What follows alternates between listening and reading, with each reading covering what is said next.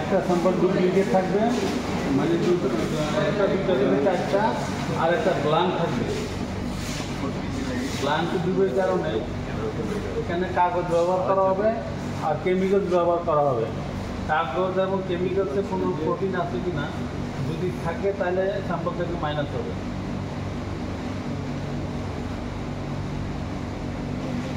কাগজ তো কার্বন, এখানে কোনো প্রোটিন থাকার কথা না।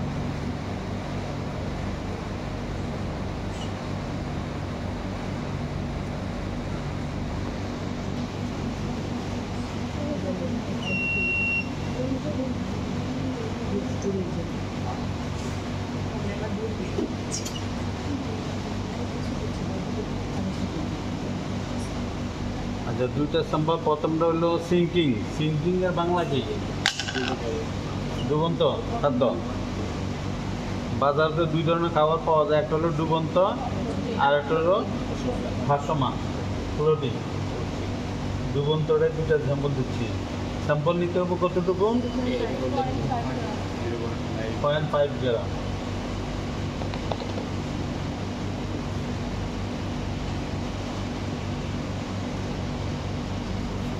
$0.5030 এটা খুবই গুরুত্বপূর্ণ। আমাদের দেশে যে যারা মাছ চাষ আছে, বারা মুরগি চাষ করে, লালন পালন করে, এরা যে ডিলারের কাছ থেকে খাদ্যটা কেনার আগে ওরা দেখে বস্তার গায়ে যে প্রোটিন কত পার্সেন্ট আছে। অন্য কিছু দেখেন, অন্য কিছু বুঝেও না। ময়েশ্চার কত পার্সেন্ট, লিপিড কত পার্সেন্ট, এগুলো তাদের ধারণা নেই। তারা একটাই চিনে যে প্রোটিন কত পার্সেন্ট আছে।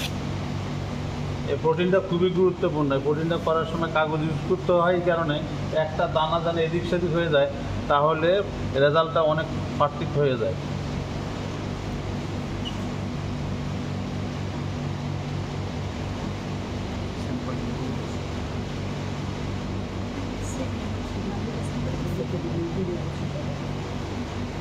ফিড কোম্পানি যারা ফিড বানায়, ওদের কিন্তু ল্যাব আছে, কিন্তু এত উন্নত না, কিন্তু ল্যাব বাধ্যতামূলক। সরকারের অর্ডার, যারা খাদ্য বানাবে এবং মার্কেটে বিক্রি করবে তাদের অবশ্যই ল্যাব থাকতে হবে। ভালো হোক খারাপ হোক, ল্যাব থাকতেই হবে। আর ল্যাব ছাড়া একটা সার্টিফিকেট পাবে না, আর সার্টিফিকেটটা দেয় জেলা মৎস্য কর্মকর্তা। 0.05071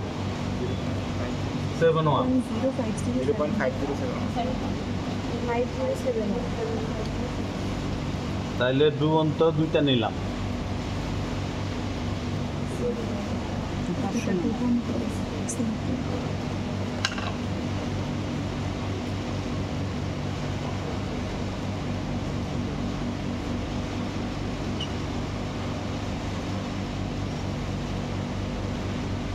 $50 55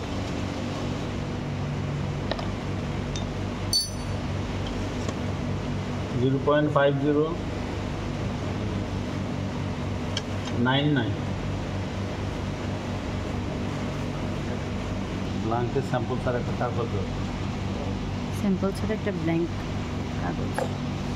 এখন এর সাথে কি দিতে হবে? বলেন কি? 1.1 গ্রাম ডাইজেশন। হ্যাঁ, ডাইজেশন মিক্সার কি থাকে? ডাইজেশন মিক্সারটা কী দিয়ে তৈরি? 100 gram potassium sulphate, 100 gram potassium sulphate, 10 gram copper sulphate, 1 gram selenium powder. এটা কিন্তু রেশিওটা কিন্তু জানা থাকতে হবে। 100 gram potassium sulphate, 10 gram copper sulphate আর 1 গ্রাম সিলিনিয়াম পাউডার।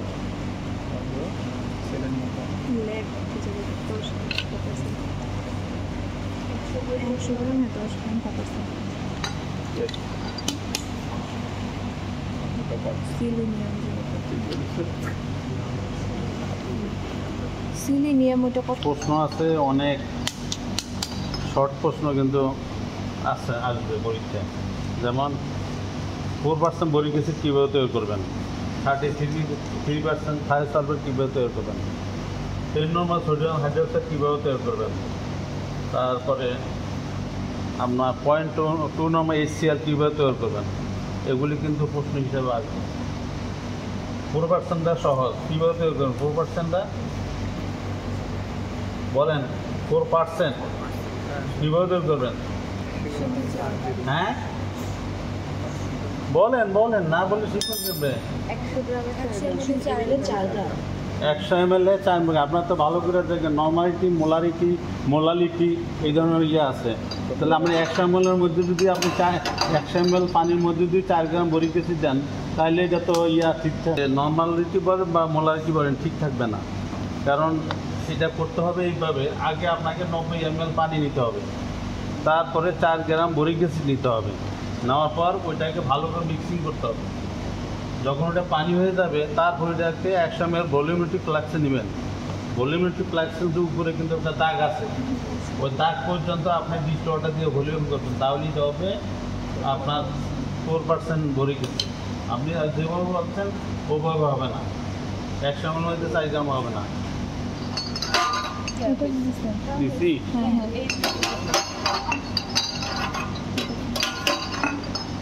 আর 33% যেটা সেটা একই নিয়ম।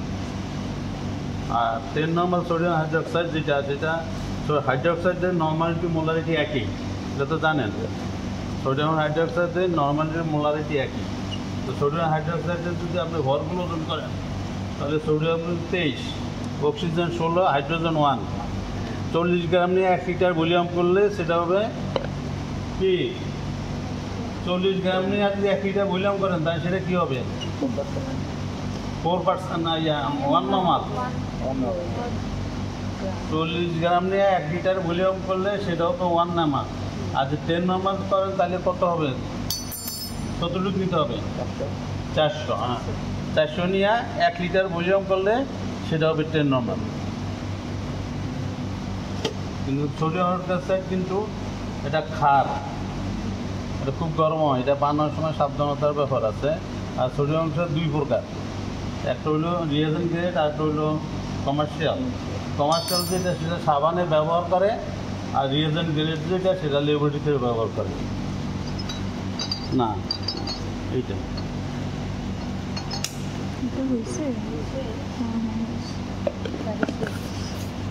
10 ml concentrated sulphur.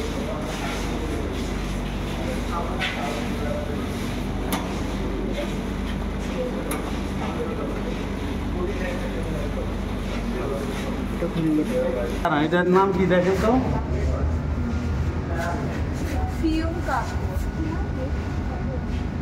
Reagent grade আর এটা কমার্শিয়াল। কমার্শিয়ালটা কিসে ব্যবহার করে?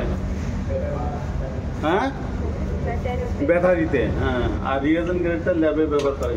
কিন্তু এটা খুবই ডেঞ্জারাস এসিড। এটা ব্যবহারের সময় অবশ্যই গ্লোভস করতে হবে, কিন্তু আমি করি নেই, দেখি সাবধানতার সাথে করবো।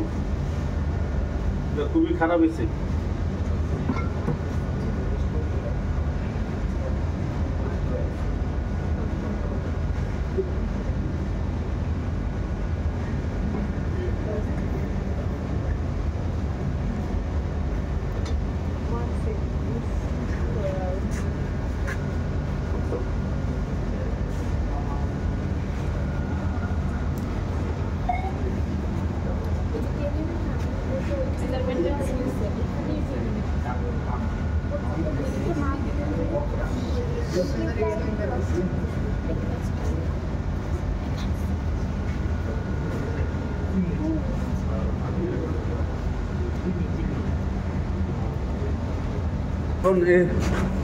পরবর্তী কিসে যাবে? মেশিনের নাম বলতে তো অবশ্যই ডাইজেশন ইউনিট।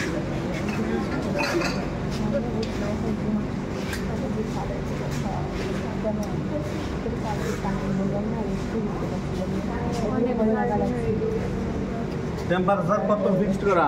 420। আর সময় 45। এখানে 420 উঠার পরে এই যে এখানে 420 ইয়ে করে না, এই 420 এখানে উঠবে। এখানে 30 আছে এখন। এখানে 420 উঠার পরে তারপরে এখানে 45 মিনিট ডাইজেশন হবে। ঠিক আছে, এখানে 420 উঠার পরে এখানে 45 মিনিট ডাইজেশন হবে। 45 মিনিট যখন এখানে হবে, মেশিন অফ হয়ে যাবে, ডাইজেশন কমপ্লিট হবে। তখন এটা ডাইজেশন কমপ্লিট, আমরা তখন অন্য কাজে যাব। এখন এইটুক কাজ আমি করে রাখবো, আপনারা 3টার পরে আসলে পরে ডিস্টিলেশন পরে টাইট্রেশন করে যাবেন।